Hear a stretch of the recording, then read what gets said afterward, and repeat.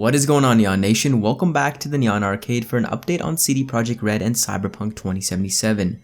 This time highlighting some standout points on the present and future of CD Projekt via a recent Q&A at a financial call, as well as highlights from the latest hotfix to Hit Night City 1.22.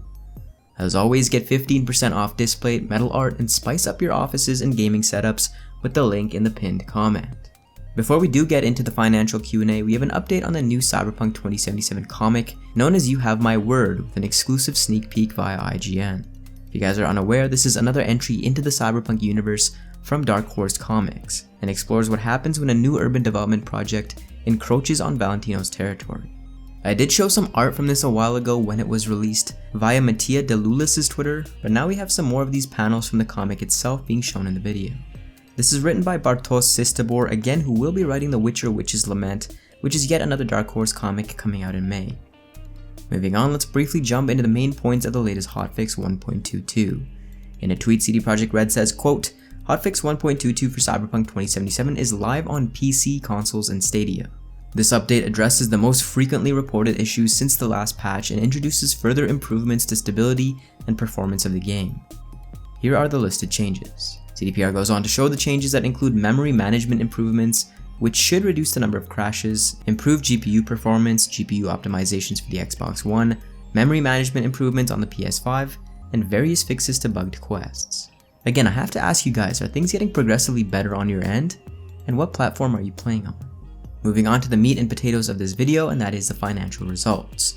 Now I'm going to coast over the minutia and just highlight the important elements. But if you'd like to see the whole thing, they actually did live stream the Q&A on the Investors Relations CDPR channel, so I will link that in the description in the pinned comment. When it comes to getting back into the PS Store, CDPR mentions that patches are helping to bring Cyberpunk back to the PlayStation Store, but that the final decision is still in the hands of Sony, and that they obviously have not greenlit an entry point back into the digital storefront. CD Projekt management go on to mention that they have taken lessons from Cyberpunk 2077, and that testing for the next-gen versions will be sufficient, and this will be the first project released post-internal shakeup to the way that they do things. When asked about a relaunch of sorts for the game, they mentioned that the focus going forward is the content, and that they want to produce quality content in the months and years to come. There are initiatives to retain workers and not have a high degree of churn, and CDPR have also supercharged their hiring efforts. When it comes to helping to understand the shift from a big AAA title multiplayer for Cyberpunk to something smaller in scope, CDPR mentions that they will keep their big budgets to their single-player games. Releasing the multiplayer step by step is the current goal, and with this they'll learn from each element. In a question on if management bonuses were appropriate given the circumstances, the management team explains that bonuses are based on results. I did some further research into this, and it does look like over 100 million PLN will be going to management, which is close to half of the overall bonuses according to the call. Very curious to see what you guys have to say about this, so drop a comment with your thoughts. When it comes to total refunds from CDPR's own Help Me Refund campaign, it worked out to approximately 8.4 million zloty, which is around 30,000 requests. Keep in mind this number is just from their own Help Me Refund campaign. Around 40% to half of the team is still on Cyberpunk, who are mostly patching and optimizing the next-gen versions. There are also teams working on the next bit of package content for Cyberpunk, which are likely the free DLCs and inevitable expansions.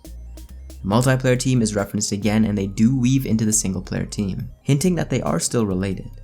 Now, Cyberpunk's budget is also finally revealed, coming in at a whopping 1.2 billion zloty, or 318 million US dollars, including all overhead costs, and 567 million zloty, or 150 million US dollars just for the development. When asked a question about if CDPR were to be acquired, management reaffirms their stance that they're independent and that this has not changed. Finally, we have lead quest designer Pablo Sasko streaming his playthrough of Cyberpunk 2077 with a ton of developer insight, so make sure to check that out. I'll leave you with a clip from one of his streams. As always, thank you guys so much for watching. For more content, join Neon Nation by subscribing to the Neon Arcade. I saw some people asking what happened, that the that the company that did The Witcher did Cyberpunk and so on. I'm like, well, I mean, what happened was we have reached for new IP. We have tried to learn as much as we can. We have tried to really, our goals have been super ambitious, and I don't really feel that the players and journalists fully completely understand how difficult it was to make this game. I don't really feel, and I'm not saying that you guys should be like giving us more credit for it, because you should demand a fully functional, well done game, and that's your right. The thing what I'm talking about is more of an acknowledgement. That was a very difficult game to make, a very ambitious one, and we have tried to pull off as much as we could on all the fronts. And I think that a lot of them we have done it, and a lot of them we still need to improve. And I think that you will see it. You are already seeing it in the patches that we are moving towards the direction and improving.